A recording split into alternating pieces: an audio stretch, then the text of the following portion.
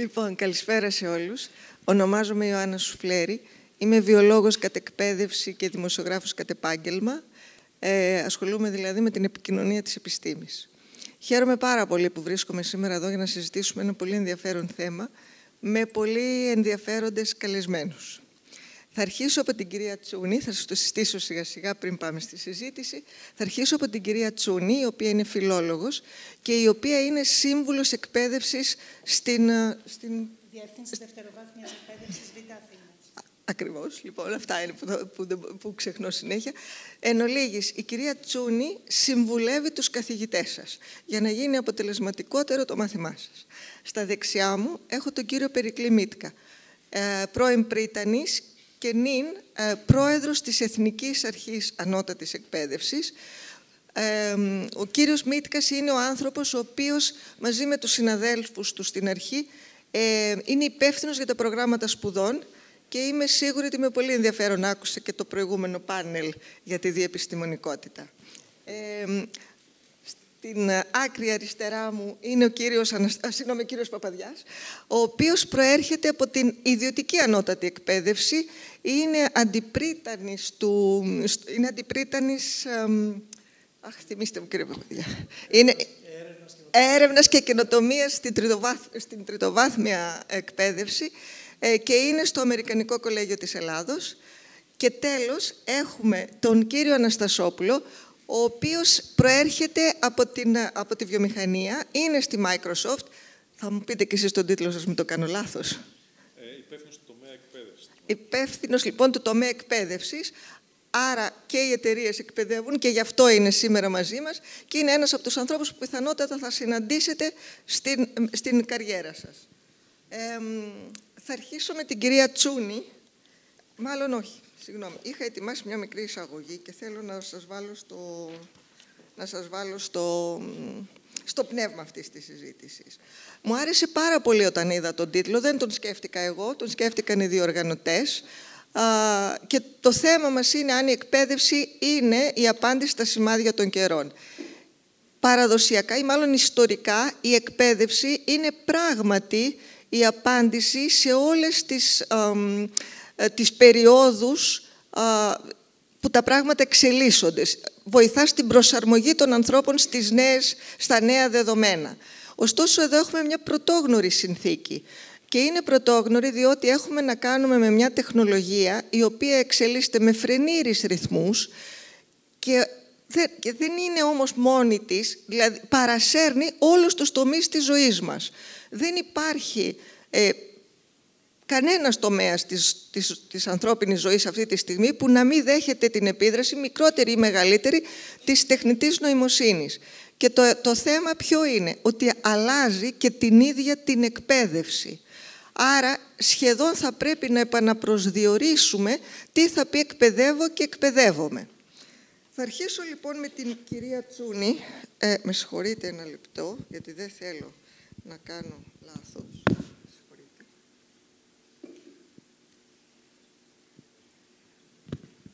Κυρία Τσούνη, η πρώτη ερώτηση για σας είναι πώς αλλάζει το σχολείο με την τεχνητή νοημοσύνη και πώς επιδρά αυτή η τεχνολογία στη σχέση δασκάλου-μαθητή. Πολύ περισσότερο στις μέρες μας που τα παιδιά είναι πολύ περισσότερο εξοικειωμένα από έναν μεσήλικα, παίρνω παράδειγμα τον εαυτό μου, άνθρωπο ο οποίος δεν έχει πιθανότατα τις ίδιες δεξιότητες με τα παιδιά που καλείται να διδάξει. Και η μαθησιακή διαδικασία δεν μπορεί να είναι μια διαδικασία η οποία θα ανθίσταται σε οποιαδήποτε εξέλιξη.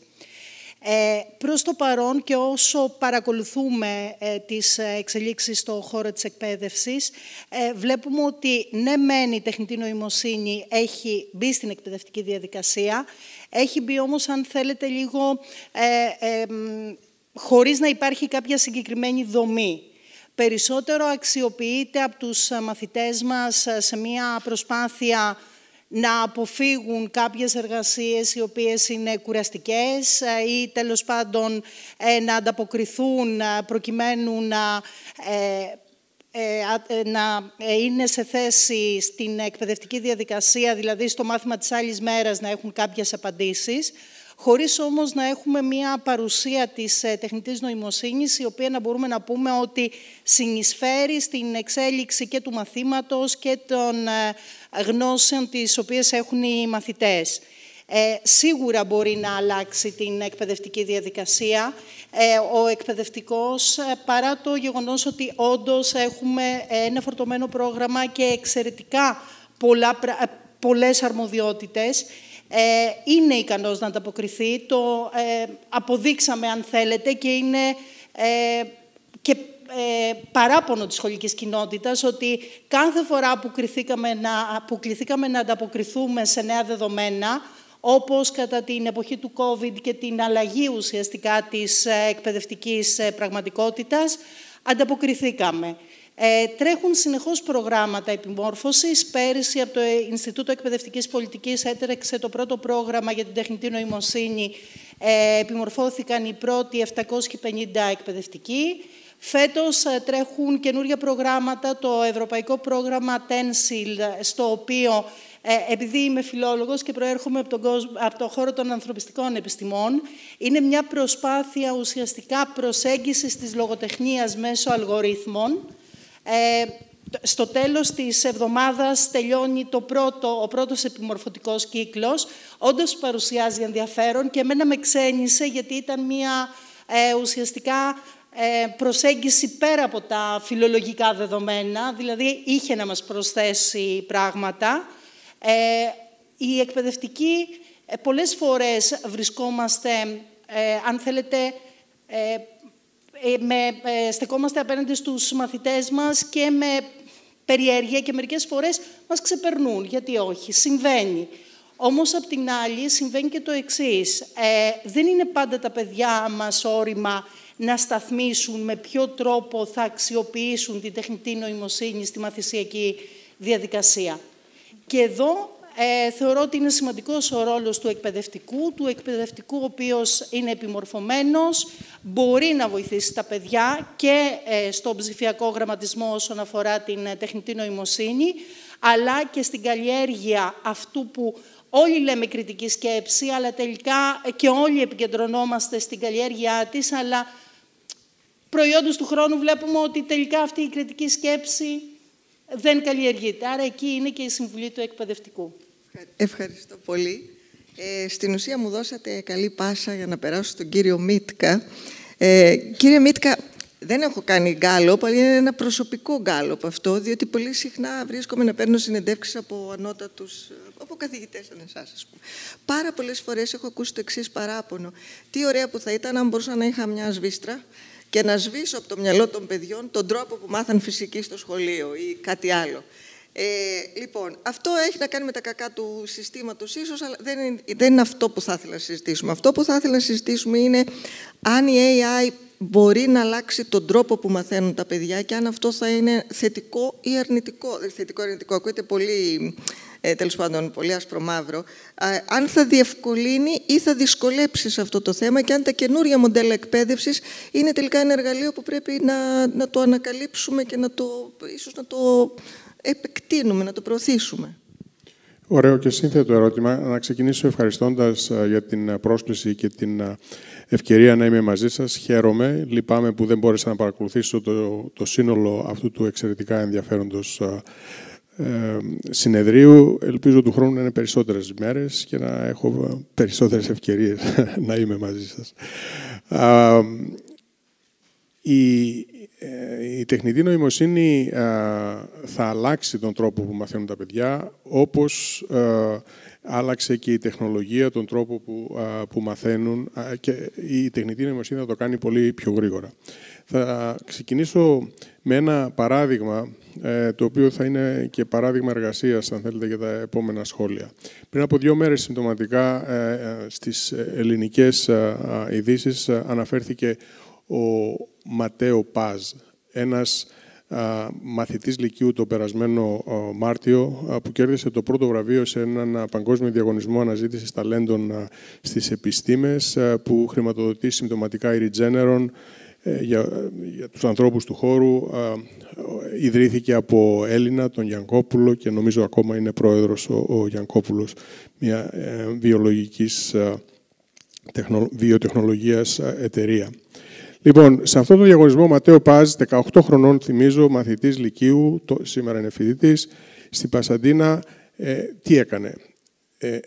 Επεξεργάστηκε 200 terabytes δεδομένων της NASA, με αλγορίθμους που έγραψε ο ίδιος και φυσικά τη βοήθεια της AI, και ανακάλυψε 1,5 εκατομμύριο ουράνια σώματα, τα οποία δεν είχαν ανακαλυφθεί μέχρι τώρα. Αυτό έγινε μέσα σε 6 εβδομάδες και πιστοποιήθηκε, αν θέλετε, γιατί έγραψε εργασία και δημοσιεύθηκε σε ένα από τα πολύ μεγάλα περιοδικά του χώρου. Για να το κάνει αυτό, προφανώς, έπρεπε να χρησιμοποιήσει, να έχει γνώση προηγμένων τεχνικών σε μαθηματικά, σε αστρονομία, για να καταλαβαίνει το αποτέλεσμα και να μπορεί να καθοδηγήσει τον αλγόριθμο, πληροφορικής και τεχνητής νοημοσύνης. Άρα, ένας μαθητής μπόρεσε μόνος του, με τη βοήθεια της τεχνητής νοημοσύνης, να αποκτήσει γνώσεις, τις οποίες πιθανότατα θα χρειαζόταν 1 ή 2 πτυχία. Ας πούμε, αναφέρεται ότι χρησιμοποιεί μετασχηματισμούς Φουριέ, τους οποίους εγώ έκανα περίπου 10 χρόνια για να τους κατανοήσω από τα 18 μου μέχρι τα 28 μου, όταν τελείωσα το διδακτορικό σαν ηλεκτρολόγος μηχανικός. Αυτόν τον τρόπο μάθησης, γνώσης, παραγωγής νέας γνώσης, θα τον βλέπουμε όλο ένα και πιο συχνά. Μπορεί ο Ματέο Πάζ να ήταν, σίγουρα είναι, ιδιοφυΐα. Αλλά χωρίς όλα αυτά τα εργαλεία δεν θα μπορούσε ποτέ και σε αυτό το περιβάλλον να φέρει αυτό το αποτέλεσμα. Οι άνθρωποι οι οποίοι έχουν ιδιαίτερες ικανότητες θα προάγουν διαρκώς τη γνώση. Το ερώτημα είναι, χρειάζεται το πανεπιστήμιο σε αυτή τη διαδικασία? Ποιος είναι ο ρόλος του στην εκπαίδευση? Αναφέρθηκε νωρίτερα στο session για την διεπιστημονικότητα. Νομίζω το νεότερο μέλος του πάνελ το ανέφερε, ότι εγώ θέλω να μαθαίνω στον δικό μου χρόνο, στον δικό μου τόπο, ό,τι επιλέξω. Αυτό θα μας το δίνει σαν δυνατότητα όλο και πιο απλόχερα η νοημοσύνη. Τα νέα περιβάλλοντα μάθησης θα δίνουν τη δυνατότητα στους νέους ανθρώπους να προσαρμόζουν το πρόγραμμα σπουδών στα δικά τους τα ενδιαφέροντα. Θα υπάρχει ρόλος για τον δάσκαλο σε αυτήν την διαδικασία? Εμείς ως δάσκαλοι δεν μπορούμε να το φανταστούμε. Δεν μπορούμε να φανταστούμε μια αίθουσα χωρίς τον δάσκαλο, τον καθηγητή. Έρχονται όμως παραδείγματα από επιχειρηματίες κυρίως, που αμφισβητούν αυτή την ανάγκη. Θα δούμε πώς θα προχωρήσει. Το σίγουρο είναι ότι και τα προγράμματα σπουδών και η ύλη που θα διδάσκεται θα αλλάζει και θα αλλάζει ολοένα και πιο γρήγορα. Και τα μαθησιακά αποτελέσματα και οι στόχοι του κάθε μαθήματος θα πρέπει να προσαρμόζονται, γιατί και οι φοιτητές και οι καθηγητές θα έχουν πλέον διαφορετικά εργαλεία στη διάθεσή τους. Το Πανεπιστήμιο έχει μια διαφορετικότητα από την πρωτοβάθμια και τη δευτεροβάθμια εκπαίδευση, όπου τα περιβάλλοντα είναι ακόμα πιο δομημένα και πιο ελεγχόμενα. Το Πανεπιστήμιο πάντα έδινε περισσότερους βαθμούς ελευθερίας στους φοιτητές και στους καθηγητές να επιλέξουν διαφορετικά μονοπάτια, διαφορετικά βιβλία, διαφορετική ύλη. Αυτό θα συνεχίσει σαν τάση να ενισχύεται. Επομένως, η προσωποποιημένη εκπαίδευση ίσως να μην είναι πολύ μακριά, πολύ πιο πίσω από αυτό που ονομάζουμε precision medicine, την προσωποποιημένη ιατρική. Νομίζω ότι θα είναι μια τάση που θα τη βλέπουμε συνέχεια. Ευχαριστώ. Θα περάσω στον κύριο Παπαδιά για να ζητήσω τη δική του εμπειρία για τον τρόπο με τον οποίο φοιτητές αλλά και εκπαιδευτικό προσωπικό χρησιμοποιεί την τεχνητή νοημοσύνη και πώς φαντάζεστε ότι θα είναι αυτό στο μέλλον? Καταρχήν να ευχαριστήσω και εγώ πάρα πολύ τους διοργανωτές, τον κύριο Κυρπίδη, τον κύριο Δροσάτο για την πρόσκληση και χαίρομαι πάρα πολύ για την επιτυχία αλλά και για τους πολλούς νέους που βλέπω εδώ, ειδικά Παρασκευή απόγευμα, είναι αξιοθαύμαστο και αυτό μας δίνει βέβαια μας δίνει μεγάλες ελπίδες. Αυτό που συνέβη, η επέλαση της τεχνητής νοημοσύνης στην εκπαίδευση ήταν κάτι πολύ απότομο που συνέβη τότε περίπου πριν 3 χρόνια. Νομίζω όλοι το αναγνωρίζουν αυτό σε όλα τα επίπεδα και θεωρώ στην αρχή δημιούργησε ένα σοκ στην εκπαιδευτική κοινότητα και ίσως και μια απότομη αντίδραση. Δηλαδή θα έλεγα ότι οι εκπαιδευτικοί μπήκαν σε ένα στάδιο άρνησης καταρχήν και απαγόρευσης. Έτσι. Αυτό ήταν σχεδόν κοινό στους περισσότερους εκπαιδευτικούς οργανισμούς. Δηλαδή το είδανε καταρχήν σαν μια απειλή, έτσι, που θα κάνει ζημιά στην εκπαιδευτική διαδικασία, στον τρόπο που μαθαίνουν τα παιδιά κλπ. Οπότε υπήρξε μια τέτοια αντίδραση. Από τη μεριά των φοιτητών παράλληλα και των μαθητών, όπως ξέρουμε όλοι, υπήρξε μια άμεση υιοθέτηση με πολύ γρήγορο και άμεσο τρόπο, σε σημείο που δεν θυμούνται πια πώς να μελετάνε και πώς να διαβάζουν χωρίς τέτοια εργαλεία και έτσι δημιουργήθηκε μια τέτοια δυσυπόστατη κατάσταση. Τώρα, αυτό που συμβαίνει προϊόντος του χρόνου είναι ότι και οι ακαδημαϊκοί οργανισμοί οριμάζουν και καταλαβαίνουν ότι η τεχνητή νοημοσύνη είναι εδώ για να μείνει και ότι επίσης μπορεί να έχει πάρα πολλά ωφέλη. Άρα αυτό που είναι πιο σημαντικό είναι να βρούμε πώς μπορούμε να τα αξιοποιήσουμε σωστά, αλλά ταυτόχρονα όντως να μην στερήσουμε από τους φοιτητές τα στοιχεία της δημιουργικότητας, έτσι, της σωστής αναζήτησης της αλήθειας, να μπορούν να ξεχωρίζουν το αληθινό από το ψεύτικο. Και επίσης φάνηκε και η ανάγκη της επιμόρφωσης των καθηγητών για να ξέρουν πώς μπορούν να χρησιμοποιήσουν αυτά τα εργαλεία και παράλληλα να αρχίσει να κοιτάει κάθε πανεπιστήμιο και κάθε ακαδημαϊκός οργανισμός το εσωτερικό του ρυθμιστικό πλαίσιο. Όλο αυτό. Λοιπόν, νομίζω ζούμε αυτή τη φάση όσον αφορά τους οργανισμούς, δηλαδή αναζητούν την διαμόρφωση πιο σύγχρονων θεσμικών πλαισίων λειτουργίας, αν θέλετε, ώστε να γίνεται σωστή η χρήση. Στο επίπεδο των φοιτητών, νομίζω εκεί το πράγμα ακόμα προς το παρόν γίνεται μια σχετικά αλόγιστη χρήση, με αποτέλεσμα, όπως ακούσαμε και σε προηγούμενες συνεδρίες, πολλές φορές να ζητάμε τις λύσεις έτοιμες από τα λογισμικά αυτά και να παίρνουμε λάθος αποτελέσματα και έτσι μαθαίνουν, το λέω γιατί το ξέρω και από τα παιδιά μου που είναι φοιτητές, το μαθαίνουν με το σκληρό τρόπο, ότι ξέρεις μου την έρισε λάθος στην άσκηση, μπαμπά, και λέω ας πρόσεχες. Αυτά όσον αφορά το παρόν. Τώρα όσον αφορά το μέλλον, όπως είπα και πριν, νομίζω το τζιν έχει βγει από το μπουκάλι, οπότε δεν υπάρχει επιστροφή. Θα πρέπει να δούμε πώς να το αξιοποιήσουμε. Οι δυνατότητες είναι πολύ δύσκολο να τις σκεφτεί κανείς από τώρα, γιατί είναι αλματώδεις, όπως αναφέρθηκε και πριν. Κάποια πράγματα είναι σίγουρα ότι θα συνεχίσει να γίνεται πρόοδος σε αυτό το τομέα, θα συνεχίσουν να υπάρχουν όλο και περισσότερες εφαρμογές, θα συνεχίσει να υπάρχει όλο και μεγαλύτερη ανάγκη να θωρακιζόμαστε ενάντια στις προκλήσεις. Αλλά από εκεί και πέρα το πώς θα διαμορφωθεί η τάξη του μέλλοντος, ας πούμε 10 χρόνια από σήμερα με την τεχνητή νοημοσύνη, είναι σχεδόν αδύνατο να το αναφέρουμε. Και εγώ σαν εκπαιδευτικός μου φαίνεται αδιανόητο να υπάρχει μια τάξη χωρίς έναν διδάσκοντα, να μην υπάρχει ανθρώπινος παράγοντας από τη μία. Απ' την άλλη δεν ξέρω αν θα υπάρχει μόνο ανθρώπινος παράγοντας, μπορεί να υπάρχουν ανθρωποειδή, τα οποία να είναι ένα είδος ψηφιακών βοηθών ή όπως ακούσαμε από την Υπουργό υπάρχουν κοινωνικοί λειτουργοί, ψυχολόγοι. Όλες αυτές οι υπηρεσίες, αν θέλετε, πιστεύω σίγουρα θα ενισχυθούν με τέτοιου είδους εργαλεία. Το πώς απομένει να το δούμε. Ευχαριστώ. Αν μου επιτρέπετε, επειδή τα παιδιά δεν ήταν εδώ τη Δευτέρα, έγινε ένα μίνι πείραμα εδώ, παιδιά. Ένας έτσι πολύ χαρισματικός ομιλητής μας είπε να ρωτήσουμε το ChatGPT ποιος είναι ο καλύτερος στη βιοτεχνολογία στην Ελλάδα. Και μετά ζήτησε από 3-4. Λοιπόν, σας πληροφορώ, καθένας έλαβε διαφορετική απάντηση. Έχετε το αυτό στο νου σας. Συγγνώμη, δεν είμαι εδώ για να παρεμβαίνω, αλλά μου το θυμήσατε με αυτό που είπατε προηγουμένως. Θα περάσω τώρα στον κύριο Αναστασόπουλο.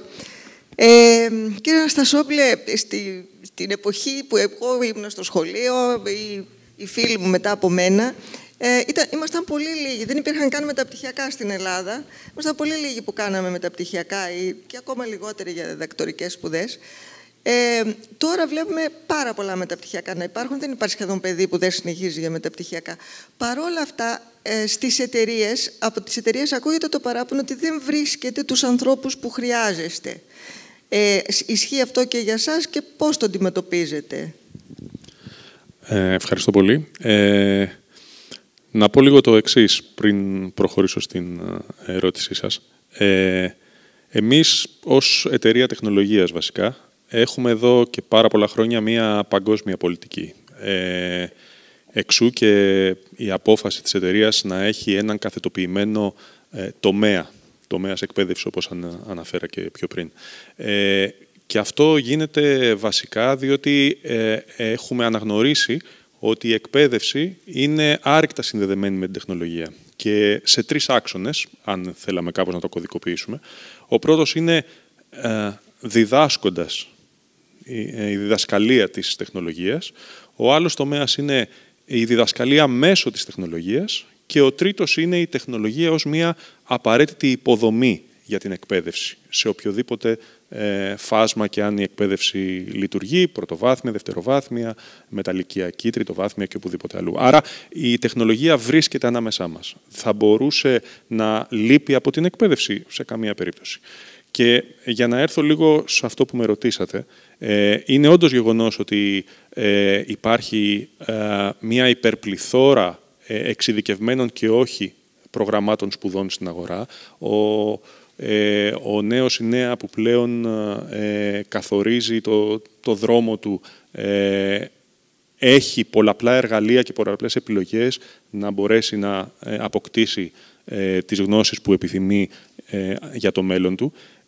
Όμως πρέπει να σκεφτούμε 2 πράγματα. Πρώτον, την έννοια του επαναπροσδιορισμού, να επαναπροσδιορίσουμε κάποιες έννοιες που πλέον έχουν αλλάξει μορφή, και δεύτερον της ευελιξίας. Συνεπώς, το ότι υπάρχουν πάρα πολλά μεταπτυχιακά και ο περισσότερος κόσμος τα επιλέγει για να τα πάρει και να τα ολοκληρώσει, είναι πάρα πολύ σημαντικό, αλλά δεν είναι αρκετό. Είναι εντελώς διαφορετικός ο ρόλος του Πανεπιστημίου ως ίδρυμα και ως θεσμός με το τι ακριβώς μερικές φορές επιλέγει ή επιθυμεί ή έχει ανάγκη η αγορά, επειδή το θέσατε και με την έννοια της αγοράς εργασίας. Εκεί λοιπόν πρέπει να υπάρξει μια χρυσή τομή, να μπορέσει να γεφυρωθεί ένα χάσμα που και στην Ελλάδα το βλέπουμε να διαμορφώνεται πια με ραγδαίους ρυθμούς και ανησυχητικούς θα έλεγα, αλλά και παγκοσμίως. Η τεχνολογία οθεί στο να μπορέσουμε να το δούμε και να το καλύψουμε αυτό το χάσμα. Η τεχνητή νοημοσύνη, που έχει γίνει πια hype τα τελευταία χρόνια σε οποιαδήποτε κουβέντα κάνουμε, αλλά η οποία προϋπήρχε για πάρα πολλά χρόνια, πλέον έχει πάρει μια άλλη μορφή. Μάλλον αυτό είναι που δίνει αυτή την ένταση στις κουβέντες μας. Μετράται από τη δεκαετία του 50 με 60 με διάφορες μορφές. Αλλά τελικώς δεν είναι κάτι νέο. Αυτό που δίνει την ειδοποιώ διαφορά στα τελευταία χρόνια είναι το γεγονός ότι είναι πλέον πολύ πιο προσιτή και ο χρήστης που τελικά καλείται να τη χρησιμοποιήσει, να την καταναλώσει, όπως θέλετε πείτε το, έχει τη δυνατότητα αυτή με πολύ μεγαλύτερη άνεση από ό,τι την είχε στο παρελθόν. Να το κάνει, να το εντάξει στην καθημερινότητά του με πολλούς τρόπους, άρα μέσα σε αυτό, ο χρήστης, με την έννοια την ευρύτερη, είναι και ο εκπαιδευτικός, είναι και ο μαθητής, είναι και ο φοιτητής και ο σπουδαστής.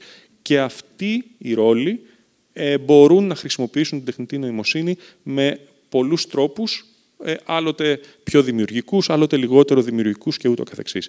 Ένα πολύ σημαντικό πράγμα, εγώ το λέω πάντα αυτό σε κάθε ευκαιρία που μου δίνεται, όταν πρώτο πήγα στο Πανεπιστήμιο, εγώ είμαι απόφοιτος μαθηματικού κατά βάση, εδώ στο ΕΚΠΑ, ένας από τους αγαπημένους μου καθηγητές, στην πρώτη κιόλας, έτσι, στο πρώτο μάθημα κιόλας που τον είπαμε, που τον είχα, είπε το εξής που με στιγμάτισε, ότι από εδώ και στο εξής ξεχάστε πώς μαθαίνατε μέχρι να έρθετε στο Πανεπιστήμιο. Πλέον από εδώ και πέρα πρέπει να μάθετε να αυτενεργείτε.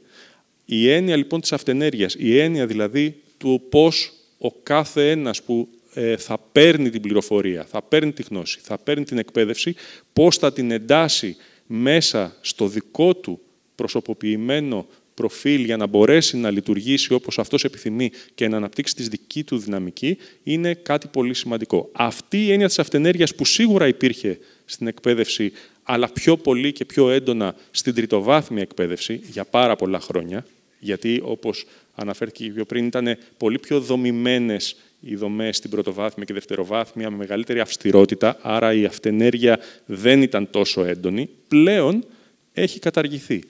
Πλέον η αυτενέργεια απαιτείται και είναι ένα πράγμα που ακόμα και ο μαθητής το χρησιμοποιεί. Και για να το χρησιμοποιήσει, γιατί έχει την έμφυτη αυτή τάση να το κάνει, η τεχνολογία είναι αρρωγός του. Απλώς πρέπει να τον κατευθύνουμε στο πώς ακριβώς θα μπορέσει να πάρει ένα βέλτιστο αποτέλεσμα από την τεχνολογία. Αυτό η αρχή. Ευχαριστώ. Θα επανέλθω σε εσάς, κύριε Μίτκα. Επειδή εσείς ασχολείστε συνεχώς με τα προγράμματα σπουδών και ήταν πάγιο το αίτημα να εξελίσσονται όσο πιο γρήγορα γίνεται για να καλύπτουν τις εξελισσόμενες ανάγκες. Τώρα οι ταχύτητες είναι τόσο μεγάλες και δεν το λέω μόνο για το ελληνικό εκπαιδευτικό σύστημα, το λέω γενικότερα. Πιστεύετε ότι θα μπορέσει να ανταποκριθεί το δημόσιο πανεπιστήμιο? Η ανώτατη εκπαίδευση γενικά σε όλο τον κόσμο, όπως είπα, θα υποστεί ένα major disruption εξαιτίας της τεχνητής νοημοσύνης και θα δούμε πόσο γρήγορα και πώς θα καταφέρει να προσαρμοστεί. Σίγουρα η τεχνολογία, όπως ανέφερε και ο κύριος Αναστασόπουλος, μας δίνει νέα εργαλεία, αλλάζει το εκπαιδευτικό περιβάλλον, δίνει νέες δυνατότητες. Άρα θα υπάρχουν αλλαγές στο εκπαιδευτικό περιβάλλον. Θα υπάρχει ήδη σημαντική αλλαγή στον τρόπο αξιολόγησης των φοιτητών. Το ανέφερε και ο κύριος Παπαδιάς εμέσως. Δεν είναι εύκολο πια να ξεχωρίσει ο καθηγητής την αυθεντικότητα της εργασίας, της δουλειάς που έχει βάλει και τις γνώσεις που έχει κατακτήσει τελικά ο φοιτητής στο τέλος του εξαμήνου ή στο τέλος των σπουδών του. Δεν είναι εύκολο να αξιολογήσουμε ακόμα και εμείς ως Εθνική Αρχή την ποιότητα, το επίπεδο ποιότητας ενός προγράμματος σπουδών, ενδεχομένως αύριο μεθαύριο και ενός πανεπιστημίου, γιατί όλα αυτά έχουν κάποια δόση τεχνητή, ας πούμε, τα κείμενα που παρουσιάζονται ακόμα και στις αιτήσεις που εξετάσαμε ως Εθνική Αρχή των μη κρατικών πανεπιστημίων, των υποψηφίων. Υπήρχαν περιπτώσεις που διαπιστώναμε ότι το κείμενο μάλλον δεν ήταν γραμμένο από άνθρωπο ή τουλάχιστον η παρέμβαση η ανθρώπινη ήταν πολύ μικρή. Επομένως, το Πανεπιστήμιο, ενώ πρέπει να προσαρμοστεί και ενώ έχει δείξει αιώνες προσαρμογής, έχει εμπειρία αιώνων προσαρμογής, θα έχει δυσκολία. Έχει βέβαια πολλά θετικά να προσφέρει η τεχνητή νοημοσύνη, παραδείγματος χάρη στην παραγωγή νέας γνώσης, όπως ανέφερα προηγουμένως, ακόμα και ένας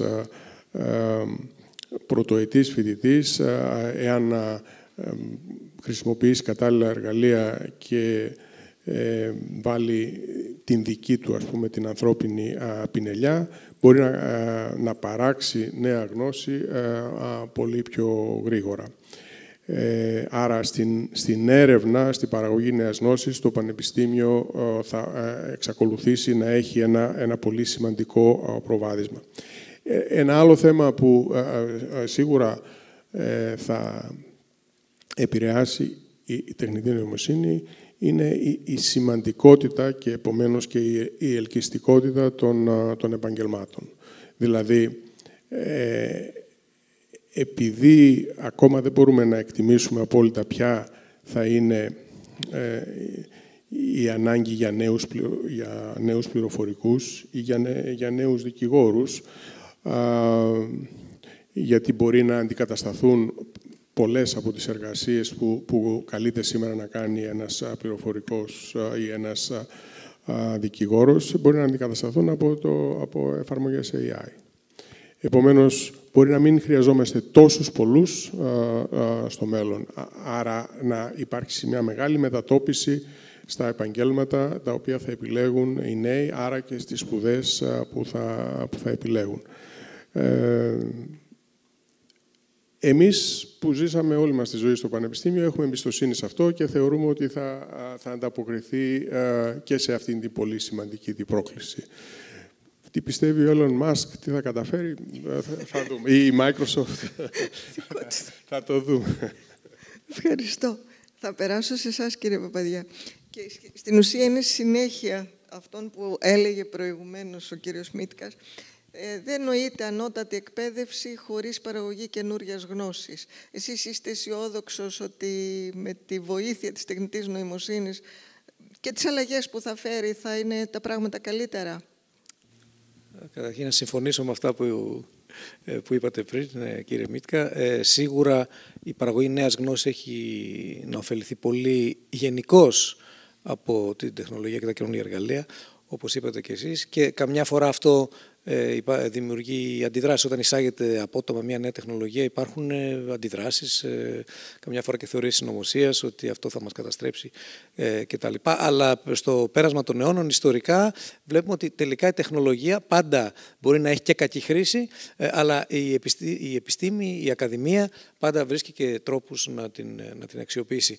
Για μας που είμαστε μια γενιά πιο μπροστά από εσάς, πιο πίσω από εσάς μάλλον, η αναζήτηση γνώσης, για παράδειγμα, έτσι, ο τρόπος που αναζητούμε τη γνώση στην επιστημονική έρευνα στη δική μου εποχή, όταν ήμασταν εμείς φοιτητές, απέχει παρασάγκας από αυτό που συμβαίνει. Δηλαδή, αν περιγράψουμε στα νέα παιδιά πώς αναζητούσαμε, ας πούμε, κάποιο άρθρο για μια απλή εργασία, δεν θα το πιστεύανε. Έπρεπε καμιά φορά να πας σε άλλη πόλη για να βρεις τη βιβλιοθήκη και να πας στο υπόγειο της βιβλιοθήκης και να ψάχνεις να βρεις ένα άρθρο, και πολλές φορές έλειπε εκείνος ο τόμος, γιατί αν ήταν δημοφιλές το άρθρο, ο συγκεκριμένος τόμος τον είχαν δανειστεί. Έπρεπε να βγάλουμε φωτοτυπίες κάκιστης ποιότητας, να τις πληρώσουμε, να πάρουμε το λεωφορείο να επιστρέψουμε. Δηλαδή, αυτό ήταν μόνο και μόνο για να βρεις ένα άρθρο, ενώ εσείς βρίσκετε στην άκρη της παλάμης σας, βρίσκετε 10.000 άρθρα σε ένα δευτερόλεπτο. Λοιπόν, αυτό εννοείται ότι έχει επιταχύνει πάρα πολύ και τον τρόπο που γίνεται η έρευνα. Γιατί η έρευνα σε πολύ μεγάλο βαθμό, όπως και η ίδια λέξη λέει, πρώτα απ' όλα πρέπει να ερευνήσεις τι υπάρχει πριν μπορέσεις να κάνεις το επόμενο βήμα. Γι' αυτό ισχύει σε όλους τους τομείς. Τελικά λοιπόν ωφέλησε με αυτή την έννοια. Θεωρώ λοιπόν ότι και η τεχνητή νοημοσύνη και το παράδειγμα που ανέφερε ο κ. Μίτκας τα λέει όλα, έτσι. Δηλαδή, ποιο είναι το ισοδύναμο ανθρωποορών που θα χρειαζόταν 10 χρόνια πριν για να γίνει η ίδια δουλειά? Μάλλον θα χρειαζόταν αιώνες, έτσι. Ξεκάθαρα. Λοιπόν, αυτό λοιπόν είναι ένα πολύ σημαντικό σημείο αναφοράς που δείχνει ότι δεν υπάρχει, νομίζω, καμία αντίρρηση ότι μιλάμε για ένα πάρα πολύ δυνατό εργαλείο που σίγουρα θα ωφελήσει και την επιστημονική έρευνα. Τώρα, θέλω να κάνω ένα σημαντικό διαχωρισμό. Στην εκπαίδευση, αυτός που είναι στο επίκεντρο είναι ο φοιτητής ο ίδιος. Δηλαδή, μας ενδιαφέρει η εκπαιδευτική διαδικασία, σε βασικό στόχο έχει να παράξει αξιόλογους ανθρώπους στο τέλος της ημέρας, για την κοινωνία, για την αγορά, όλα αυτά. Άρα, εκεί οι προκλήσεις έχουν να κάνουν με το πόσο παρεμβαίνει η τεχνητή νοημοσύνη σε αυτή ακριβώς τη διαδικασία. Μην τυχόν έχει παρενέργειες και δεν γίνουν τόσο αξιόλογοι όσο θα γινόντουσαν αν δεν υπήρχε. Αυτό πρέπει να το προσέξουμε. Στην έρευνα είναι διαφορετικά τα πράγματα. Αυτό που μετράει είναι κυρίως το παραγόμενο αποτέλεσμα. Το παραγόμενο αποτέλεσμα λοιπόν μιλάει από μόνο του. Αν ανακαλύφθηκαν 1,5 εκατομμύριο αστέρια, ανακαλύφθηκαν 1,5 εκατομμύριο ουράνια σώματα, ανακαλύφθηκαν 1,5 εκατομμύριο ουράνια σώματα, δεν έχει σημασία ακριβώς πώς. Αυτό που έχει σημασία είναι να είμαστε σίγουροι ότι είναι σωστό το αποτέλεσμα. Άρα, στον τομέα της έρευνας σίγουρα θα υπάρξουν, οι δυνατότητες είναι ανυπολόγιστες, δεν μπορούμε καν να τις σκεφτούμε από τώρα, θα είναι τεράστιες. Τι θα πρέπει όμως να κάνουμε είναι να φροντίσουμε να είναι όντως η έρευνα, όπως αναφέρθηκε πριν, είναι η αναζήτηση της αλήθειας, να είναι αληθές αυτό το οποίο μαθαίνουμε, να μπορούμε αυτό κάπως να το πιστοποιήσουμε, και επίσης η επιστημονική κοινότητα συνολικά, η οποία επιστημονική κοινότητα κυρίως κατοικεί στα πανεπιστήμια, στα ερευνητικά κέντρα, αλλά και στη βιομηχανία, με αυξανόμενο ρυθμό, να θωρακιστεί έναντι σε τέτοιου είδους απειλές. Δηλαδή, στο να υπάρχουν fake news μέσα στην ίδια την επιστημονική κοινότητα, fake articles, δηλαδή να υπάρχει κατά κάποιο τρόπο αυτή η παρεμβολή από ψεύτικα αποτελέσματα, ψεύτικες ειδήσεις και τα σχετικά. Που υπάρχουν ήδη, το ξέρετε. Σαφώς. Ευχαριστώ. Θα περάσω στον κύριο Αναστασόπουλο. Με μεγάλη έκπληξη προσφάτως διάβασα τα αποτελέσματα μιας ευρείας μελέτης που δείχνει ότι παγκοσμίως είχαμε συνηθίσει την κρίση μέσης ηλικίας, λοιπόν περνάμε κρίση νεαρής ηλικίας. Όλο και περισσότερα ποσοστά των νέων δηλώνουν ότι δεν είναι ευχαριστημένοι από τη ζωή τους. Διερευνώνται τα αίτια. Ένα όμως από αυτά είναι η εργασιακή ανασφάλεια. Θεωρείτε, εσείς που είστε σε μια εταιρεία η οποία διαμορφώνει και την τεχνητή νοημοσύνη μαζί με όλους τους άλλους, πιστεύετε ότι θα μπορούσαν να κινητοποιηθούν αυτές οι ζωτικές κοινωνικές ομάδες οι οποίες θα διαμορφώσουν συνθήκες ευημερίας για όλους? Ναι. Ομολογώ ότι η εποχή μας έχει εγγενώς μέσα της τα τελευταία αρκετά χρόνια την έννοια της αστάθειας σε όλους τους τομείς. Είτε αυτός είναι ο επαγγελματικός τομέας, είτε είναι άλλοι τομείς στη ζωή μας. Συνεπώς, αυτό που μάλλον έχει παρατηρηθεί χωρίς ακόμα ίσως να έχει αξιολογηθεί η ρίζα του, της κρίσης των νέων, όπως λέτε, σίγουρα είναι μια πραγματικότητα, διότι αυτή η αστάθεια δεν μπορεί παρά να βιωθεί από έναν νέο άνθρωπο, ο οποίος προετοιμάζεται και σταδιακά μπαίνει στον απαιτητικό πλέον, πολύ περισσότερο από άλλες εποχές, επαγγελματικό στίβο. Και αυτό δημιουργεί μία εσωτερική πάλη στο κάθε άνθρωπο, ο οποίος βλέπει αυτό που είπαμε λίγο πιο πριν, ότι υπόθηκε νωρίτερα, ότι δεν ξέρουμε τι θα γίνει μετά από 2 χρόνια, μετά από 5 χρόνια, μετά από 7 χρόνια. Για παράδειγμα, εμείς στη Microsoft λέμε, οραματιζόμαστε, το λέμε εδώ και 5 χρόνια, μάλλον πρέπει να το αλλάξουμε, την τάξη του 2030. Το λέγαμε πριν από 5 χρόνια. Πλέον πρέπει να πούμε την τάξη του 2040. Το 30 έφτασε. Και νομίζω ότι δεν μπορούμε πλέον να μείνουμε στο 30. Πρέπει να πάμε ακόμα πιο κάτω. Τι σημαίνει αυτό? Πρέπει να δώσουμε όλα τα εργαλεία αυτά στους νέους ανθρώπους, και δεν εννοώ εργαλεία μόνο λογισμικά, δεν εννοώ εργαλεία μόνο απτά και χειροπιαστά, εννοώ και το mindset, την κοσμοθεώρηση του πώς μαθαίνουν και πώς παραμένουν ενεργοί και ανταγωνιστικοί σε ένα στίβο ο οποίος συνεχώς θα αλλάζει. Αυτό είναι η μόνη σταθερά. Δεν υπάρχει κάποια άλλη σταθερά στη φάση αυτή. Είναι ότι συνεχώς θα αλλάζει, γιατί θα εξακολουθεί να ακολουθεί τους ρυθμούς της τεχνολογίας, οι οποίοι είναι καταιγιστικοί και πρέπει να το ομολογήσουμε και βάναυση μερικές φορές. Άρα πρέπει να αλλάξει το πώς μαθαίνουμε να μαθαίνουμε, και ότι αυτό δεν σταματάει ποτέ. Πάμε σε μια διαβίου μάθηση, δεν υπάρχει περίπτωση να σταματήσει. Ναι, η οποία όμως διαβίου μάθηση πάλι πρέπει να επαναπροσδιοριστεί. Δεν είναι πλέον μια μάθηση η οποία θα παράγεται κάπου κεντρικά και θα μεταφέρεται πάλι με κάποιο κεντρικοποιημένο τρόπο. Υπάρχει έννοια της εξατομικευμένης μάθησης, της προσωποποιημένης μάθησης, και εκεί έρχεται η τεχνολογία να παίξει καθοριστικό ρόλο. Βέβαια, αυτό δεν είναι ένα πρόβλημα που θα πρέπει να το επιλύσει ο χώρος της τεχνολογίας ή ο χώρος της εκπαίδευσης ή ο πολιτικός χώρος. Είναι ένα καθολικό πρόβλημα που πρέπει όλοι οι φορείς, ο καθένας από τον τομέα του βεβαίως, να συνδράμει για να μπορέσουν να χτιστούν οι κατάλληλες υποδομές και αυτό το πράγμα να γίνει πολύ πιο ναι. Και σύντομα. Άκουσα νωρίτερα την Υπουργό ότι ανέφερε ότι φέτος είναι μια πολύ κρίσιμη χρονιά. Η ταπεινή μου άποψη είναι ότι για την εκπαίδευση κάθε χρόνος είναι μια κρίσιμη χρονιά, και κάθε χρόνος που χάνεται είναι μια ακόμα πιο κρίσιμη χρονιά, και έχει και ένα ιδιαίτερο χαρακτηριστικό που την ξεχωρίζει την εκπαίδευση από όλα τα υπόλοιπα. Κάθε απόφαση που παίρνετε σήμερα, το αποτέλεσμά της δεν θα το δούμε αύριο, θα το δούμε γύρω στα 10 με 15 χρόνια μετά. Άρα θέλει πολύ μεγάλη προσοχή στις αποφάσεις που παίρνουμε. Πρέπει λοιπόν να είμαστε πάρα πολύ, ας το πω, ενεργοί, ώστε να δώσουμε αυτά που πρέπει να δώσουμε, ιδίως σε μια τέτοια εξελισσόμενη κατάσταση. Αυτό. Ευχαριστώ πολύ. Σας έχω κρατήσει την τελευταία ερώτηση, κυρία Τσούνη, ακριβώς επειδή είστε φιλόλογος. Γιατί η εκπαιδευτική διαδικασία δεν είναι μόνο απόκτηση γνώσεων, είναι και η σμήλευση ηθικής συνείδησης. Εκτιμάτε ότι η AI θα μπορούσε να συμβάλλει σε αυτό? Και έχω κατά νου διάφορα παραδείγματα, αλλά θα ήθελα να ακούσω τη δική σας άποψη για την καλλιέργεια των παιδιών μας με τη βοήθεια της τεχνητής νοημοσύνης. Σίγουρα, και επειδή τουλάχιστον μέχρι και το τέλος του Λυκείου έχουμε την δυνατότητα σε ένα πιο ελεύθερο πλαίσιο, γιατί όσο πια οι μαθητές μας συνεχίζουν την ακαδημαϊκή τους πορεία, οι στόχοι τους συγκεκριμενοποιούνται. Ως δευτεροβάθμια λοιπόν και πρωτοβάθμια εκπαίδευση έχουμε περισσότερες δυνατότητες αξιοποίησης της τεχνητής νοημοσύνης, θα μπορούσαμε να πούμε ηθικά.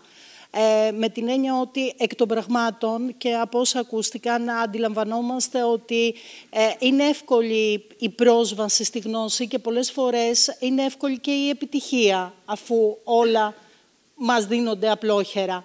Χάνεται όμως κάπου εκεί στην πορεία η γοητεία της ανακάλυψης. Αυτό που έχουμε κοπιάσει για να πετύχουμε, να είναι το αποτέλεσμα των κόπων μας, χάνεται λίγο το ταξίδι του Οδυσσέα προς την Καβαφική Ιθάκη ή τουλάχιστον συντομεύει διαδρομή. Θα μπορούσε λοιπόν και η τεχνητή νοημοσύνη να βοηθήσει στο κομμάτι της εκπαίδευσης σε αξίες, προκειμένου μέσα από την σχολική κοινότητα να καλλιεργηθούν, μάλλον να ενισχυθούν, γιατί σίγουρα καλλιεργούνται, αξίες όπως είναι η ενσυναίσθηση, η ακεραιότητα, ο σεβασμός.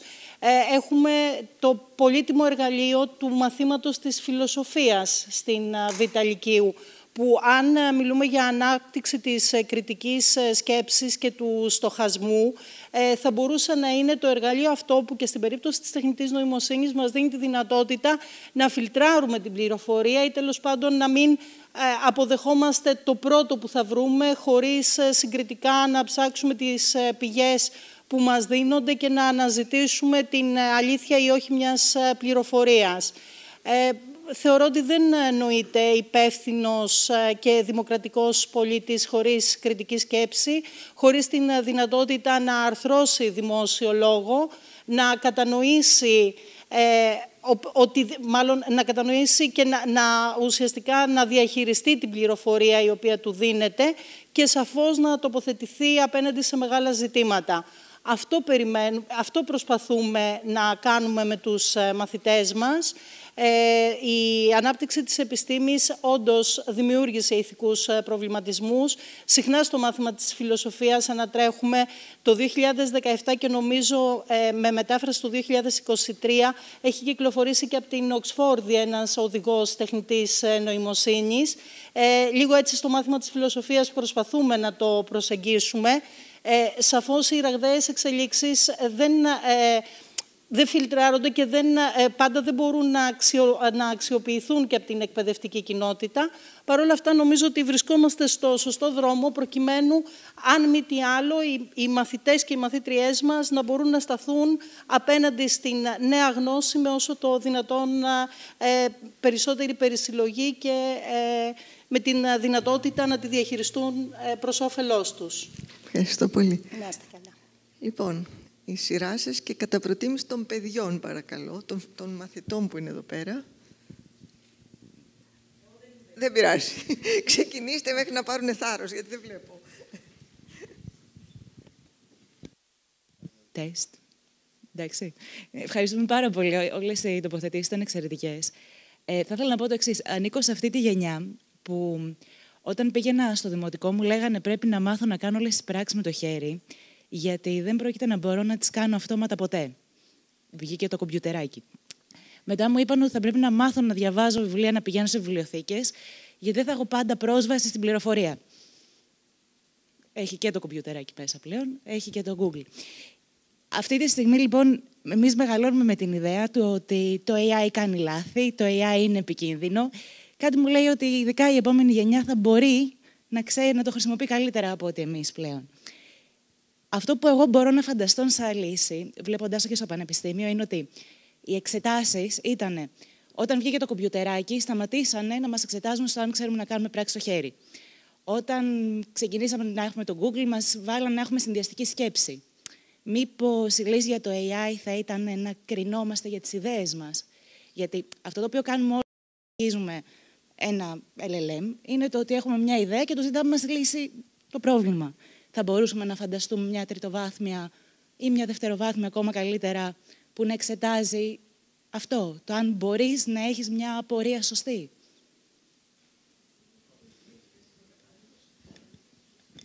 Ο κατάλληλος, ο αρχαιότερος είναι. Αυτό δεν τον κάνει πιο κατάλληλο αυτόματα. Μπορούμε να το φανταστούμε. Το ζήτημα είναι αν θα πάμε εκεί. Δεν ξέρουμε αν θα πάμε εκεί.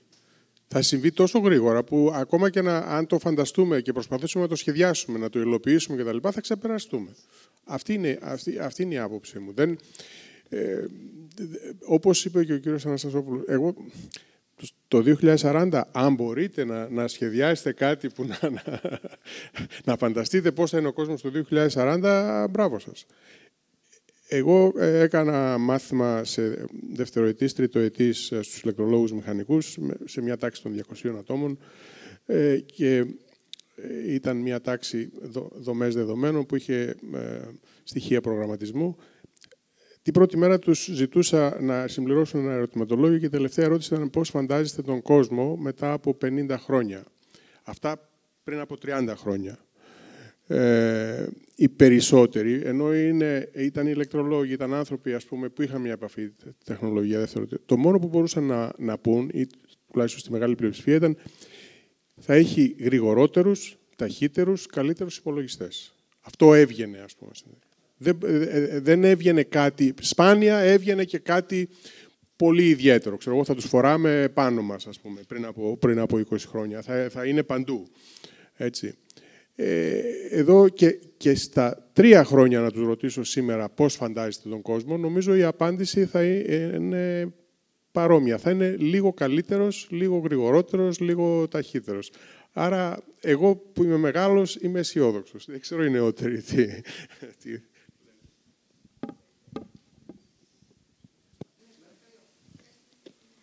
Γεια σας.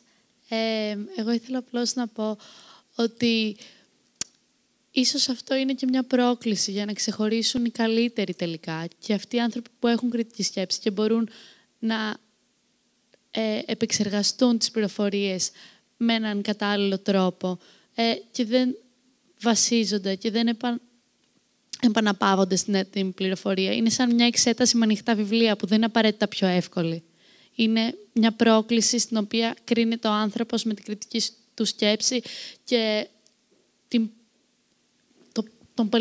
τον πολύπλευρο χαρακτήρα του. Δηλαδή, πιστεύω ότι αυτό είναι. Είναι απλώς μια πρόκληση και ένα level up στο παιχνίδι της μόρφωσης και της ακαδημίας. Πιστεύω. Κάτι μου φαίνεται ότι ο κύριος Μίτκας θα σας έβαζε 10.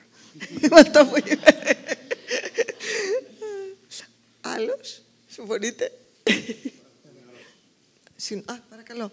Έτσι ήθελα και εγώ να δώσω μια δική μου παρατήρηση από βιώματα. Όπως είπε και η κυρία Τσούνη, π.χ. η ενσωμάτωση τεχνητής νοημοσύνης στα μαθήματα φιλοσοφίας, που είναι πολύ αξιόλογα και πιστεύω ότι μπορούν να προσφέρουν και πολλά στα παιδιά από κριτική σκέψη, από καλλιέργεια αξιών κτλ. Και ηθικής. Νιώθω βέβαια ότι παραμερίζονται κάπως και στο σύστημα εκπαίδευσης. Όπως είπατε και εσείς και τα προηγούμενα πάνελ, ότι Δευτέρα Λυκείου και Τρίτη Λυκείου και ακόμη και από Πρώτη Λυκείου κάποια παιδιά ξεκινάνε μια πολύ έτσι κεντρική, δηλαδή ετοιμασία για τις Πανελλήνιες. Μόνο γι' αυτό. Και όχι ότι τα παιδιά μπορεί να μην θέλουν να μάθουν, απλά αναγκάζονται λόγω της ύλης, λόγω της δυσκολίας, λόγω πολλών εμποδίων. Και νιώθω δηλαδή φόβος, ας πούμε, ότι θα παραμεριστεί, ακόμη και να υπάρχουν τα απαραίτητα εργαλεία για το μάθημα της φιλοσοφίας. Το παράδειγμα που δώσατε είναι περισσότερο, τώρα θα το πω λίγο κακά, αλλά ελεύθερη ώρα νιώθουν τα παιδιά ότι είναι. Που είναι πολύ σημαντικό μάθημα και απαραίτητο και για επιστήμονες, για οποιοδήποτε άνθρωπο δηλαδή. Αλλά νιώθω ότι στο σύστημα εκπαίδευσης το τωρινό το αντιμετωπίζουμε όμως ως ελεύθερη ώρα. Το οποίο είναι πολύ κακό και πρέπει να αναβαθμιστεί σαν μάθημα κυρίως. Αυτό. Πάντως πάντα στο σχολείο, αν μου επιτρέπετε, και δεν είναι ο ρόλος μου εδώ να είμαι, υπήρχαν οι ελεύθερες ώρες. Εγώ είχα τα θρησκευτικά, να το πω αυτό. Καθένας εννοώ μέσα μου, γιατί δεν κάναμε και τίποτα. Απλώς ήταν η ώρα που δεν άκουγα. Φαντάζομαι ότι αισθάνεται κανείς την ανάγκη για ελεύθερη ώρα, αλλά δεν είναι απαραίτητα. Τέλος πάντων, συγγνώμη. Λοιπόν. Παρακαλώ. Χαίρετε, κύριος Παπαδόπουλος. Νομίζω ότι βασικά θα περάσουμε σε αυτό που λένε self-directed και experiential learning. Δηλαδή, πλέον, επειδή στην πραγματικότητα με το AI μαθαίνουν οι μαθητές καλύτερα, γιατί το AI μπορεί να καταλάβει ποια είναι τα κενά τους, να πάει να τους διορθώσει και επίσης έχει άπειρη υπομονή. Μπορούν να ρωτήσουν την ίδια ερώτηση 3 φορές, μπορούν να κάνουν χαζές ερωτήσεις, είναι ένας προς ένα, κανένας δεν τους επιπλήττει, μπορούν να μάθουν μία περιοχή πάρα πολύ καλά. Τώρα, το πρόβλημα ποιο είναι, ότι οποιαδήποτε ερώτηση και να τους κάνετε, θα πάνε στον υπολογιστή και θα την βρούνε. Και να σας πω εγώ, όταν έχω εταιρεία και έχω έναν υπάλληλο, δεν με ενδιαφέρει αν ο υπάλληλος έβγαλε την ερώτηση με AI ή όχι. Αυτό που με ενδιαφέρει είναι αν η απάντηση είναι καλή και πόσο καλή είναι η απάντηση. Το πρόβλημα για ποιον είναι? Το πρόβλημα είναι για τον εκπαιδευτικό. Γιατί αυτή τη στιγμή, εντάξει, πολύ πιθανότατα οι εξετάσεις να είναι ότι ο καθένας θα παίρνει. Δηλαδή, θα τους λέω εκπαιδευτικός, έχουμε αυτή την ύλη, διαλέξτε την ερώτηση και δώστε μου μία απάντηση. Και θα κρίνει βασικά πόσο καλή είναι η ερώτηση, το ερώτημα που θέτουν, και πόσο καλή είναι η απάντηση. Και μπορεί να είναι ένα ερώτημα το οποίο δεν έχει τεθεί ποτέ. Το πρόβλημα λοιπόν είναι για τον εκπαιδευτικό, που μέχρι τώρα η ζωή του ήταν εύκολη, γιατί έλεγε αυτή είναι η ερώτηση για όλους, και υπήρχε η σωστή απάντηση, η οποία ήταν μέσα στο βιβλίο. Και όλοι έπαιρναν έναν βαθμό ανάλογα με το πόσο κοντά ήταν στη σωστή απάντηση. Ποια είναι η λύση λοιπόν για τον εκπαιδευτικό? Για τον εκπαιδευτικό η λύση θα είναι πάλι να χρησιμοποιήσει AI, έτσι ώστε να καταλάβει, να κρίνει πόσο καλές είναι οι ερωτήσεις και φυσικά και μία κρίση και από τον εκπαιδευτικό. Δηλαδή, στην πραγματικότητα η δουλειά του εκπαιδευτικού γίνεται πολύ πιο δύσκολη, αλλά και για αυτήν το AI θα χρησιμοποιηθεί. Νομίζω ότι προς τα εκεί μάλλον θα πάμε. Και όσο πιο γρήγορα πάμε, τόσο καλύτερα. Και στην πραγματικότητα δεν μπορούμε να φανταστούμε έναν κόσμο όπου δεν θα χρειαζόμαστε 12 χρόνια εκπαίδευση. Ίσως να χρειαζόμαστε 8. Ίσως το πανεπιστήμιο να μπορούμε να το βγάλουμε σε 2 χρόνια. Πρέπει να το σκεφτούμε και αυτό. Ίσως αυτό να είναι ένα μέλλον. Κάποιοι θα το πούν, ιδιαίτερα όσοι είναι στον χώρο της εκπαίδευσης, δυστοπικό, αλλά δεν θα χρειάζεται να μαθαίνουμε τα πάντα ή κάποια στοιχεία ενός επιστημονικού πεδίου, γιατί αυτά θα είναι ευρέως διαθέσιμα και άμεσα διαθέσιμα. Άρα θα πρέπει να επιλέγουμε, όπως γινόταν στο παρελθόν, τις πραγματικά ιδιοφυΐες που μπορούν να ξεχωρίσουν, για να μπορέσουν να προάγουν τη γνώση λίγο παραπέρα από αυτό που μπορεί να κάνει το AI από μόνο του. Δεν ξέρουμε όμως. Δηλαδή, αυτό το πράγμα, αν το σκεφτούμε εμείς οι λίγο μεγαλύτεροι, μας φαίνεται λίγο, όπως το είπα, δυστοπικό, για να μην το χαρακτηρίσω κάπως διαφορετικό.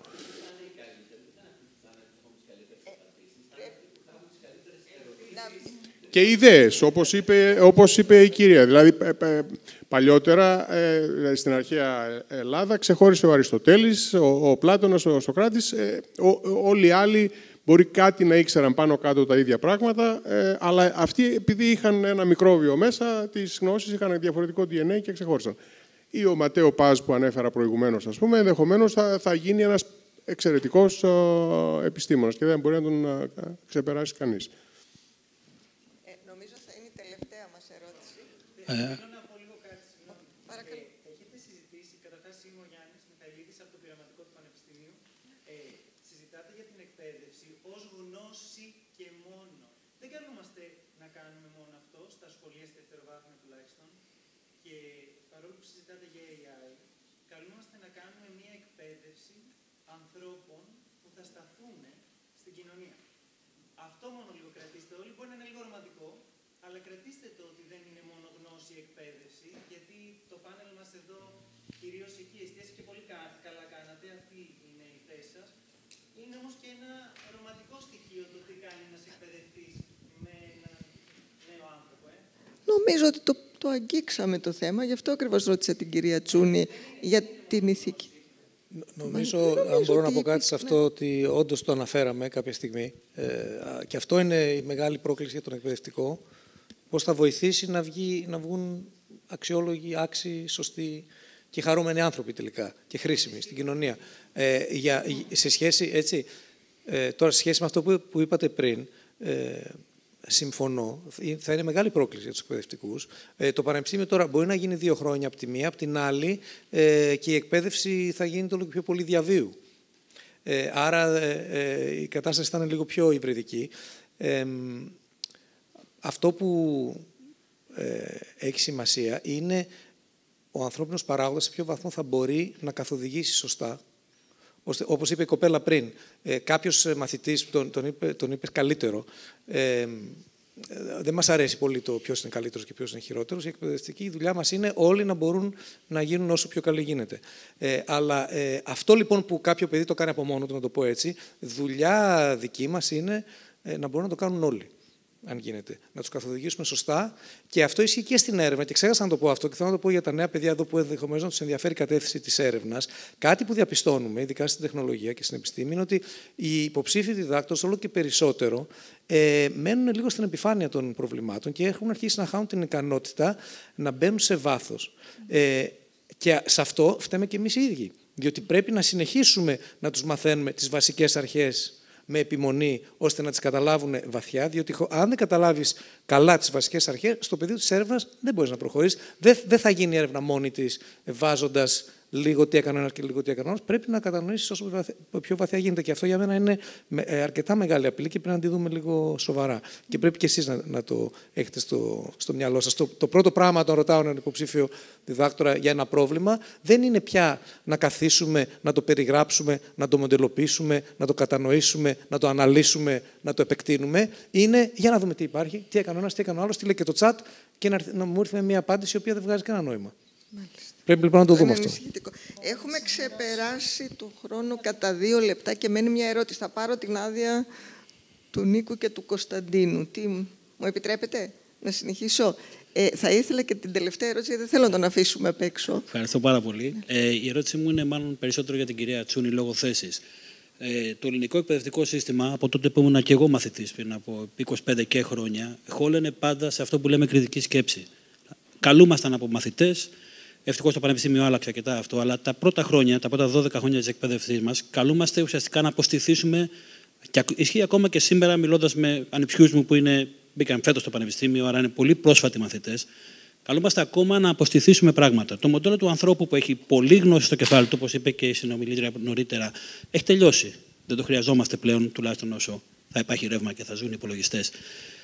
Πόσο έτοιμη είναι η εκπαιδευτική κοινότητα, σαν καθηγητές εννοώ τώρα περισσότερο, και αυτοί που καθορίζουν τις πολιτικές, να κάνουν γρήγορα, ακόμα και το να κάνουν μάλλον για αρχή τη στροφή, αλλά και να την κάνουν γρήγορα τη στροφή, ώστε ένα πράγμα που ισχύει, εγώ θα πω για τα 25 χρόνια που γνωρίζω, τελείωσα το σχολείο το 98, το 97, να αλλάξει μια νοοτροπία δεκαετιών και να φύγουμε από την αποστήθηση με μόνο στόχο το πώς θα περάσουμε στις Πανελλήνιες, σε ένα εκπαιδευτικό σύστημα το οποίο, και μάλλον αυτό που λέει και νωρίτερα ο συνομιλητής, θα έχει ως στόχο να αναπτύξει την κριτική σκέψη. Εγώ είμαι πληροφορικός, ήμουν πρώτη δέσμη. Από την πρώτη ηλικίου και μετά, ακόμα και οι καθηγητές μας, εμείς που ήμασταν των μαθηματικών, μαθηματικά. Οι φιλόλογοι δεν μας δίναν σχεδόν σημασία. Ναι. Οπότε υπάρχει βαθύ πρόβλημα σε αυτό. Υπάρχει κάποιος σχεδιασμός? Ευχαριστώ. Κοιτάξτε, εκ των πραγμάτων, η εκπαιδευτική διαδικασία καταλήγει στις πανελλαδικές εξετάσεις.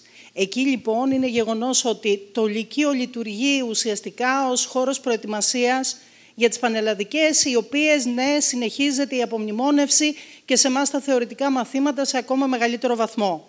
Όπως και να έχει όμως, υπάρχουν, είπε πριν και ο μαθητής μας, ότι η φιλοσοφία είναι ελεύθερη ώρα. Αυτό το ελεύθερη ώρα, ακόμα και αν έχει και αρνητικό πρόσημο, είναι όμως μια ελεύθερη ώρα κατάθεσης σκέψεων, προβληματισμών. Λειτουργούν στα σχολεία εκπαιδευτικά πολιτιστικά προγράμματα, προγράμματα αγωγής υγείας, προγράμματα σταδιοδρομίας, όμιλοι σε πάρα πολλά σχολεία που ενθαρρύνουν τη δημιουργικότητα. Μάλιστα, εδώ και 2 χρόνια έχουν απεμπλακεί από τα γνωστικά αντικείμενα οι όμιλοι και έχουν ευρύτερο πεδίο ενδιαφέροντος. Ο συνάδελφος που μίλησε πριν, πέρυσι εκπώνησε έναν όμιλο σχολικής εφημερίδας. Φέτος τρέχει έναν όμιλο εθελοντισμού. Πάντα το σχολείο δίνει ευκαιρίες. Από ένα σημείο και μετά, όντως και οι μαθητές μας προσανατολισμένοι στη διαδικασία των πανελλαδικών, σιγά σιγά φτάνουν μέχρι την πρώτη λυκείου, στο τέλος της πρώτης λυκείου και μετά μπαίνουμε στη διαδικασία των πανελλαδικών. Όμως και η λογοτεχνία είναι ένα πολύ δυνατό χαρτί, το οποίο μπορούμε κάθε φορά τέλος πάντων να δημιουργείται και αυτό που λέμε αισθητική απόλαυση και συγκίνηση και να έρχονται τα παιδιά κοντά στην τέχνη. Οι τέχνες από το Λύκειο και μετά δεν υπάρχουν στο εκπαιδευτικό πρόγραμμα και αυτό είναι ένα ζήτημα. Προσπαθούμε πάντα μέσα στο στενό περιθώριο και μιας εξετασιοκεντρικής διαδικασίας που έχει το σύγχρονο σχολείο. Ευχαριστώ. Με ενημέρωσαν ότι υπάρχει μια ερώτηση.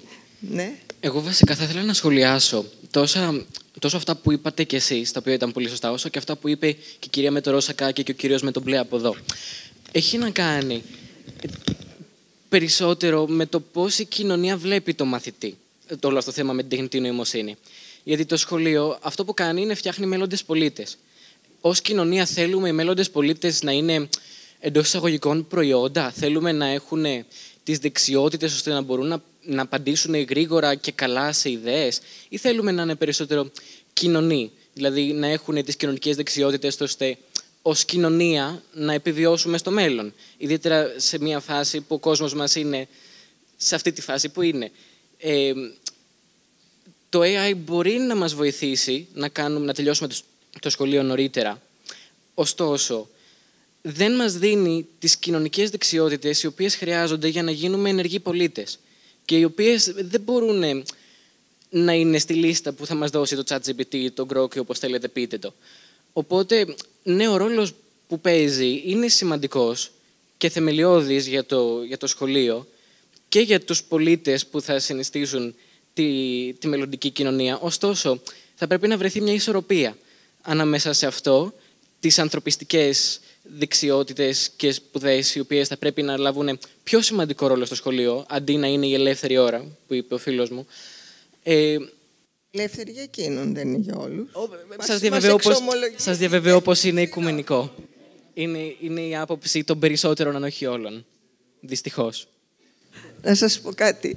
Υπάρχουν μερικά πράγματα, επιτρέψτε μου, ως πιθανότατα που θα μπορούσα να ήμουν μητέρα σας. Υπάρχουν ορισμένα πράγματα που στο σχολείο νομίζεις ότι τα κέρδισες και μετά καταλαβαίνεις ότι τα έχασες. Τι εννοώ. Εγώ ήμουν αυτό που λέγαμε εμείς πρώτη δέσμη, που θα πήγαινα τέλος πάντων η Πολυτεχνείο Θετικές Επιστήμες.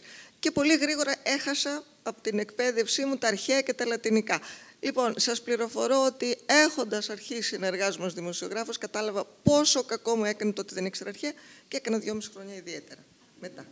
Αλλά θέλω να πω, δεν χρειάζεται να είμαστε, όταν μας τα προσφέρουν αυτά, νομίζω ότι εσείς που είστε εξυπνότατη γενιά, πολύ εξυπνότεροι από εμάς, μάλλον με πιο διευρυμένο πνεύμα, νομίζω ότι θα ήσασταν σε θέση να καταλάβετε καλύτερα το μέγεθος της προσφοράς του σχολείου σε σχέση. Τώρα που ακούγαμε πολύ τέτοιο.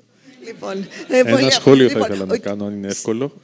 Πολύ σύντομο. Και θα κλείσουμε με μια παρατήρηση του κυρίου Μίτκα, γιατί μου φαίνεται ωραία.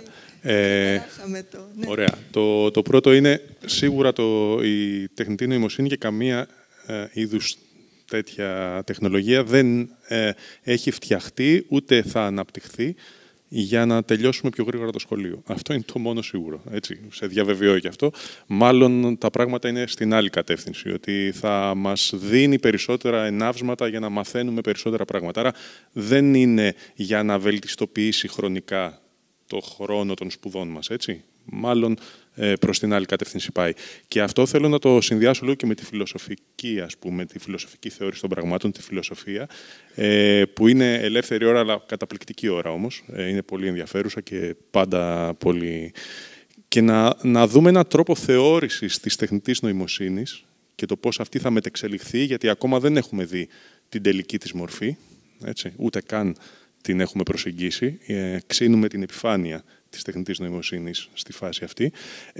Πώς συνδέεται με την φιλοσοφία. Ανέφερθηκε πριν ένα πολύ ωραίο παράδειγμα, ξεκινώντας ο κύριος Μίτκας, για το πώς ακριβώς κατάφερε ο μαθητής και κατόπιν σπουδαστής να ανακαλύψει μέσω κάποιων εκατοντάδων τεραμπάιτ κάτι που δεν θα μπορούσε να το κάνει προφανώς, όχι ο ίδιος, ούτε και ολόκληρη ομάδα ή στρατός από μαθητές ή επιστήμονες ή ερευνητές. Η τεχνητή νοημοσύνη μας φέρνει ένα βήμα πιο κοντά στην υπέρβαση της πεπερασμένης φύσης μας, μέσω των δεδομένων και της επεξεργαστικής ισχύως που μπορεί να φέρει στο τραπέζι και έτσι να υπερβούμε, αφού κατανοήσουμε πρώτα, τη θνητότητά μας σε μια φιλοσοφική διάσταση. Άρα και αυτό έχει ένα ενδιαφέρον. Εξαρτάται από ποια οπτική και κάτω από ποιο πρίσμα βλέπεις κάθε φορά την κάθε εξέλιξη τεχνολογική ή μη. Και επειδή είμαστε στο Bio3 Conference και επειδή το Bio3 περιλαμβάνει Bioengineering και Bioinformatics, σκεφτείτε λίγο τις εκατοντάδες, ίσως χιλιάδες ερευνητών σε αυτά τα πεδία που προσπαθούν να πετύχουν το Brain-Machine Interface. Όταν το καταφέρουμε, γιατί θα το καταφέρουμε και δεν θα αργήσει μάλλον πολύ πιο γρήγορα από ότι το εκτιμούμε, ποιος θα είναι ο ρόλος της εκπαίδευσης.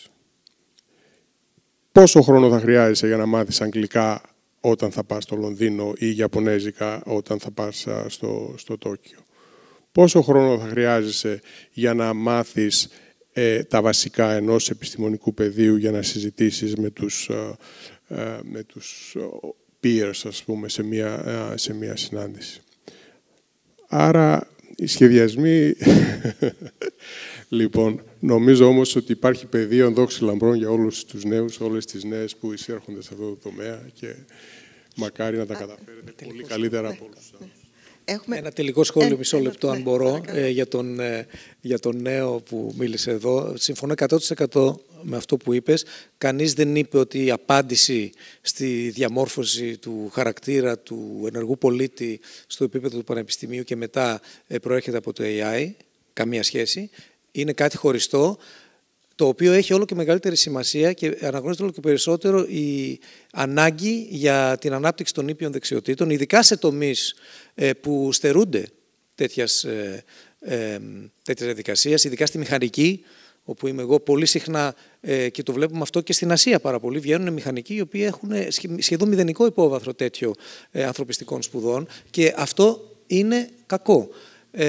Προσπαθεί λοιπόν η επιστημονική κοινότητα να το φτιάξει αυτό. Υπάρχουν παραδείγματα στην Ευρώπη, ας πούμε, τα προγράμματα Marie Curie που είναι για υποψήφιους διδάκτορες, δίνουν πάρα πολύ έμφαση στην ανάπτυξη των ήπιων δεξιοτήτων. Το μισό κομμάτι του προγράμματος είναι αυτό και το άλλο μισό μόνο η ίδια η έρευνα. Υπάρχει το αμερικανικό μοντέλο που έχει τις ανθρωπιστικές σπουδές, το μοντέλο αυτό του liberal education, που το υιοθετούμε και εμείς σαν οργανισμός, που είναι ότι ανεξαρτήτως θεματικού αντικειμένου πρέπει να πάρεις μια βάση ανθρωπιστικών σπουδών οπωσδήποτε μέσα στο πανεπιστήμιο, γιατί αυτό θα σε βοηθήσει να γίνεις πιο σκεπτόμενος, πιο ενεργός πολίτης μετά. Οπότε θέλω να το καταστήσω σαφές ότι αυτά τα δύο τα ξεχωρίζουμε, έτσι. Και είναι η αναγνώριση όλο και μεγαλύτερη ότι πρέπει να δώσουμε έμφαση στην διάσταση αυτή. Σας ευχαριστώ πάρα πολύ όλους.